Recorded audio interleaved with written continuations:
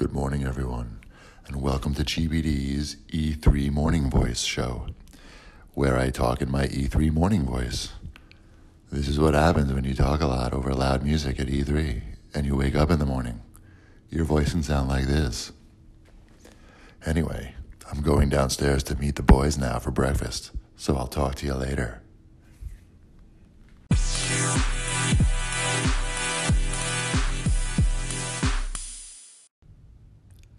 Hey guys, it's Cheapy and Chip. We're going to talk to you about the stuff that we saw today on day 2 of E3, and we will catch up with Thor later to hear about what he saw. That made sense, right? It did. I followed all of that. I used the words. Yeah. Yes, some of you guys complained that the audio sounded too distant when the three of us were recording, so we'll see if this helps. So, Chip, what did we see? We started off the day at the Philips Hue meeting room. We wandered into there before our meetings because you like Philips Hue. I own a lot of Philips Hue products, and we got there early, and the Philips Hue people saw us sort of milling about outside their door, and they invited us in, and we got to see their new lamps. And I'm all familiar. I'm pretty much familiar with. And I'm also familiar with Philips Hue's products. So we saw like their Play stuff that which are like basically light projectors that go onto your wall, and I guess they're trying to make a little gaming push. Do they ever have a booth at E3? Anything? It's not a booth; it's a meeting room. But did they even have that before? Maybe. I should have asked. That would have been something good to ask. They might have been there last year. I'm not sure, but it was. I'm glad that you got to check them out. And I'm sad they didn't hand me any free Philips Hue products on the way out. You got a water bottle. I did, but there's no lights on it. Okay. And then our first actual appointment of the day was for Dying Light 2. We had a behind closed doors of that up in a meeting room, and they played through maybe like 45 minutes of the game, which was going to concern me at first when they told us that they were going to do that. But I was pretty into it the entire time. We both played the first Dying Light, right?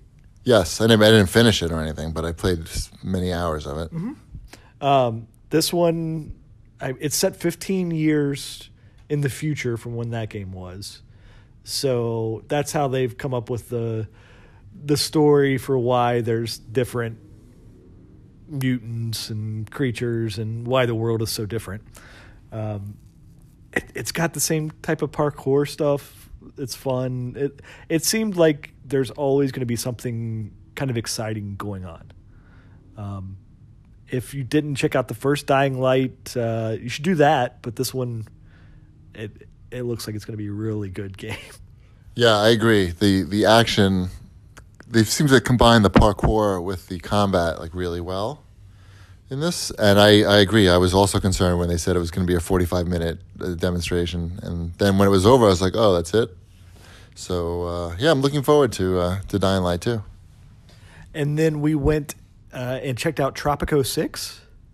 I know I've played maybe 3 of the Tropico games. Cheapy, you have not really played any of them, I don't think, before.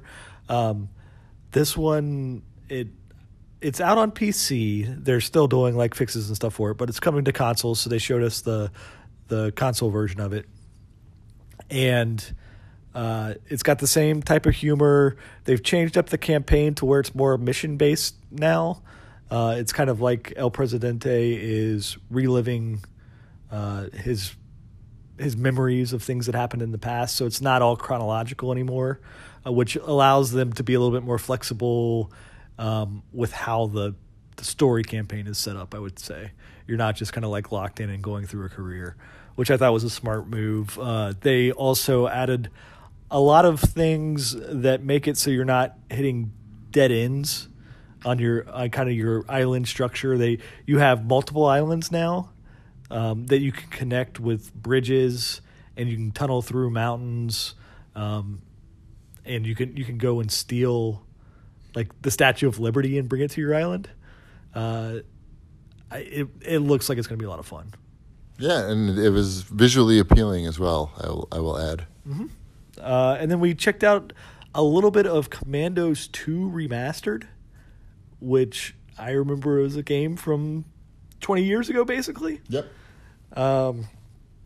And they were still working through a lot of it, but they talked us through what they were going to do with Commandos 2, and it's just remastering the game. I mean, there's a lot that goes into that, but if you liked Commandos 2 back in the day, or if you've never played it, like I think a lot of these remasters are coming out for people who've never played it too, right?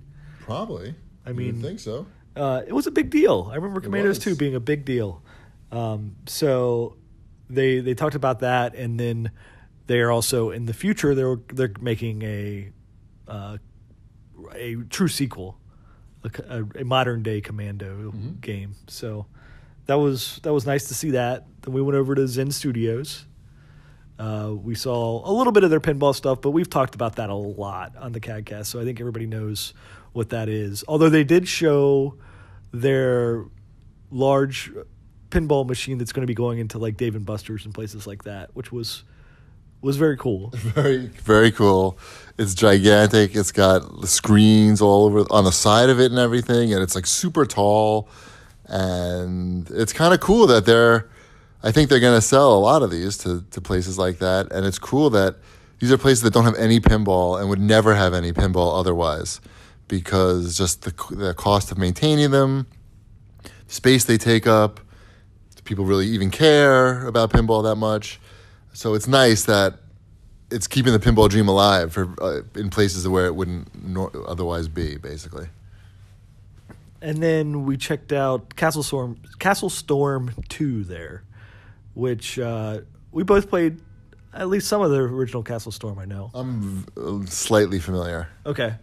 This one, they've added a ton of new features to this one, where there's this whole hex-based kind of overmap now that you play through, and you can choose like these side missions, which are like mini battles.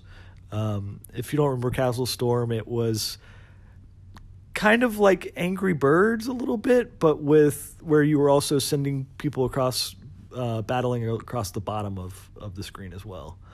So they have that, and you can take full control of those characters as well.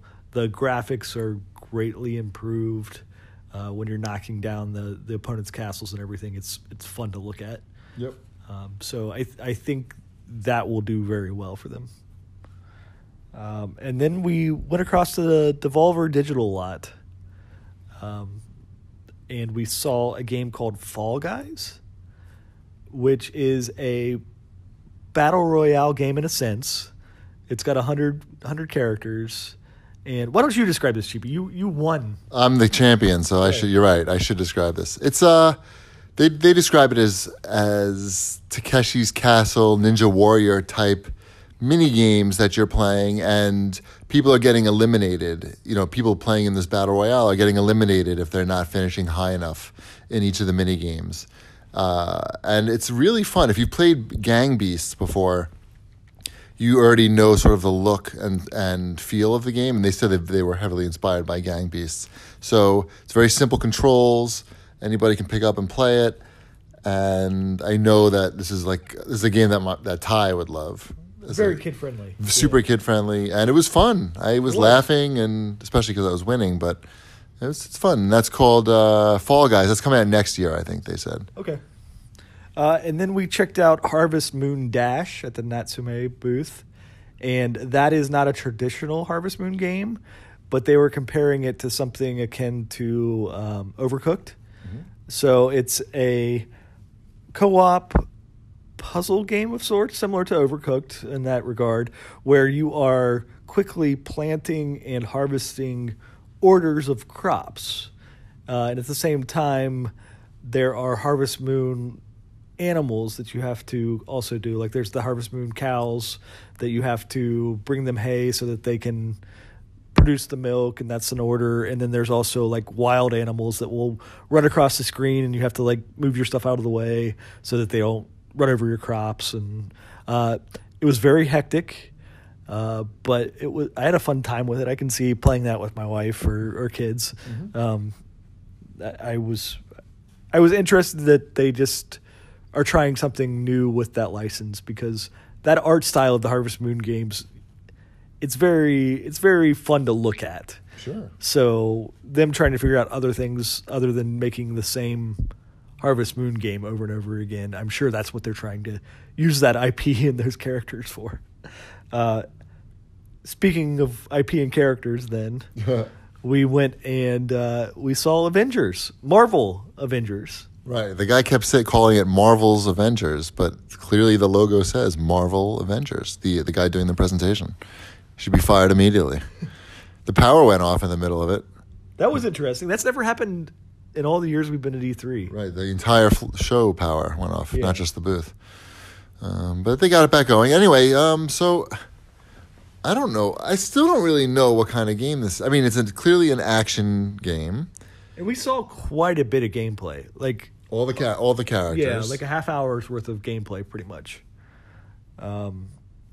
Yeah, but it's online co-op. Like they didn't. 4 players. Okay, but they never showed them co-oping together. That wasn't in the demo at all. It was basically they run through the demo, basically playing through each character, showing what they can do, and it's third person action, like pretty standard stuff. Looked good. I thought they did a good job, visually.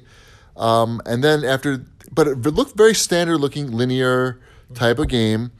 And then at the end of the demo, the presenter said, "Oh, and there's so much more. There's a huge focus on 4-player co-op, battling, so many enemies and going on missions together." But which to me sounded like Destiny, but it doesn't look like, from the gameplay, it didn't look like that at all. Like you're not, going after waves of enemies. It just looked like a linear standard action game in that respect. So I still don't really know if it's Destiny's Avengers or not. I'm thinking no from what I saw today. I don't know, but it seemed like they were still going after that. Like, I just think maybe they just didn't have the right demo to show yet. Could be. They were just focusing on here's what the characters can do. Here's what the characters can do. Here's how the combat works. This is what it looks like when Iron Man flies. This is what it looks like when Hulk claps his hands together and knocks everybody down. Yep. Right. I thought it looked fine. Like, yeah, I didn't have a big problem with the character models and everything. No, or the visuals. I thought it was good. I mean, they don't look exactly like the movie people, but it wasn't like I was like turned off from looking at. I was slightly turned off looking at Captain America's uniform. That was a little weird looking. Choice. Yeah, it was very like boxy and like I don't know why it looked like that. But besides to sell you the good looking skin from the movie. Well, if the trailer is to be believed, he's dead. Right. Spoiler. I mean, is it a spoiler if it's in the demo at E3? The demo of the game at E3, like that's a plot point, right? Yeah. He has a statue erected in his honor because he dies in the E3 demo. Right. So I was confused by that too. So you can't play as Captain America? He's been known to come back to life before, so possibly DLC. There was Rebirth. A lot of fighting against Taskmaster. Yep. Video games love to use Taskmaster because they don't have to come up with new animations for him. It's so cheating. It's not fair at all. And then we checked out Bandai Namco's stuff. They had a little theater presentation where they went through all their games, which was a nice little overview, I thought. They didn't stick on anything too long. But we played Dragon Ball Z Kakarot. Is that the name of that? Close enough. Okay. I feel bad. Cockrocker, I think it's called. Cockrocker, yes. Dragon Ball Z Cockrocker. And that is an action RPG starring everybody's favorite Cockrocker, Goku. And it's open worldy, but not open worldy, because you can't just like go and fight whoever you want. But it still has. It's got a big map. Biggish. You can like fly around and talk to people and get like side quests and things. But I guess you can't. I think what they mean is you can't just do anything in any order. when they say it's not open worldy. Like you have to go and do specific missions, which makes sense. When you're trying to make a cheap game, make a game cheaply. Yeah, I mean, it felt like a lot of these Dragon Ball Z games as far as the fighting goes. It looks nice. I fought a boss for the majority of the demo, I would say. I finally beat him, but it took you that long? It took me quite a while to beat him. But to be fair, I didn't know exactly the move sets or what I was exactly supposed to be doing to fight him well. Yeah. So I made my way through the fight, but yeah, I'm sure Ty would love it. It's not for me. Oh, I think people will like it. I think that's it's a more interesting take where you can actually like fly around that universe and talk to the characters and everything. And then I checked out Tsum Tsum Festival, Disney's Tsum Tsum Festival. Exciting. I am very excited for it. I know this will be a game that will go. It'll be a big hit in my house. My daughter's really into Tsum Tsums and Disney, and our whole family likes Disney.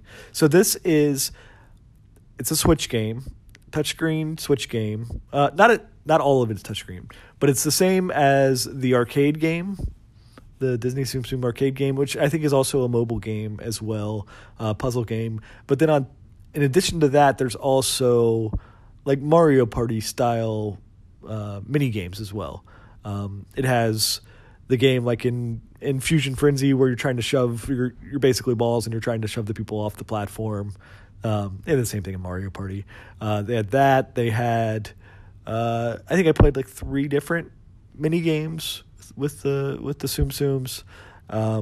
You unlock, of course, more and more Tsum Tsums as you go through it. It's of course, like a fun licensed game.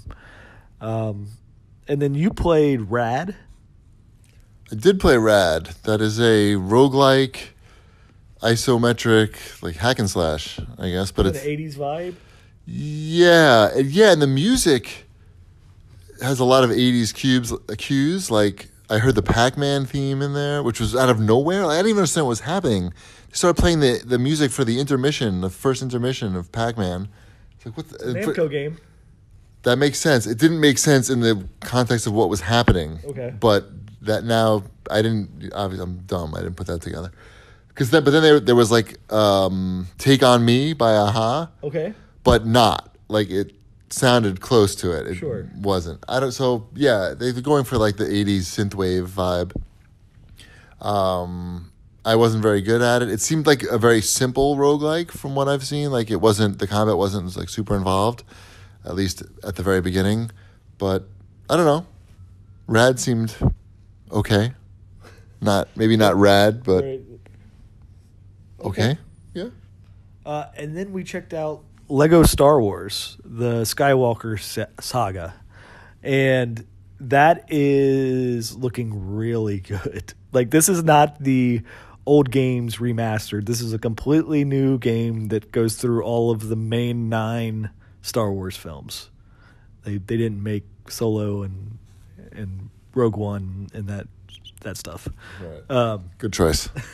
The graphics themselves look really good. Like the backgrounds and everything, it looks like you're playing like an actual, like if you were to put like actual people Star Wars in there, not just Lego Star Wars, it looks good enough for like if you were playing just a regular Star Wars game. For sure. But they also changed the camera angle to make it so you're more directly behind your character and not that 3/4 overview. Mm-hmm. So it gets you.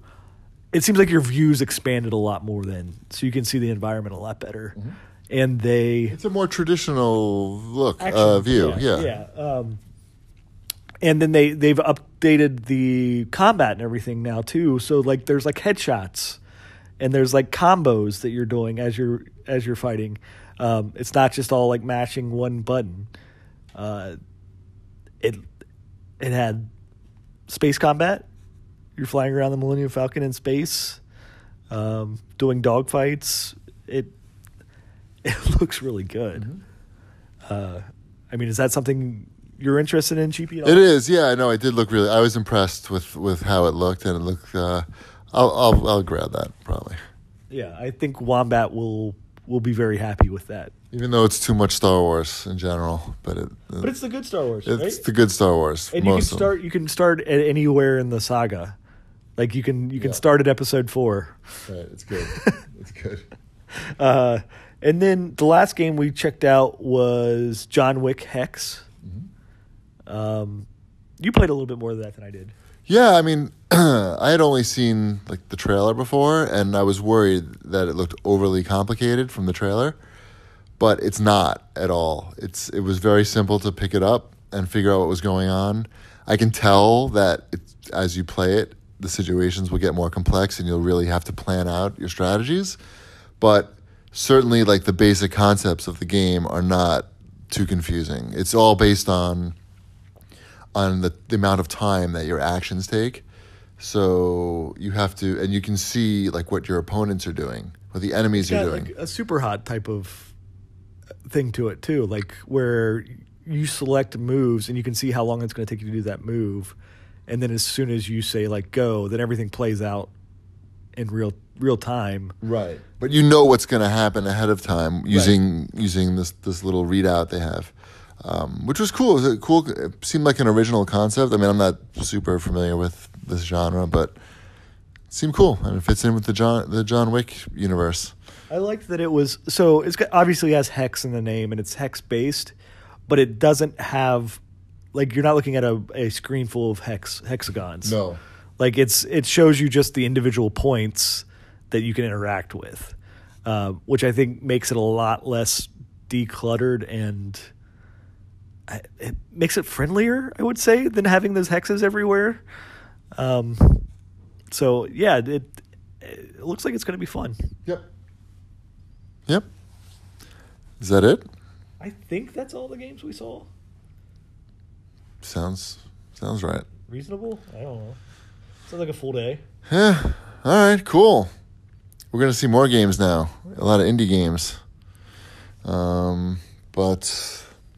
Yeah, I think that's pretty much it for day 2. We'll try to catch up with Thor later and see what he saw today. And you'll get one more of these tomorrow, probably, for day 3.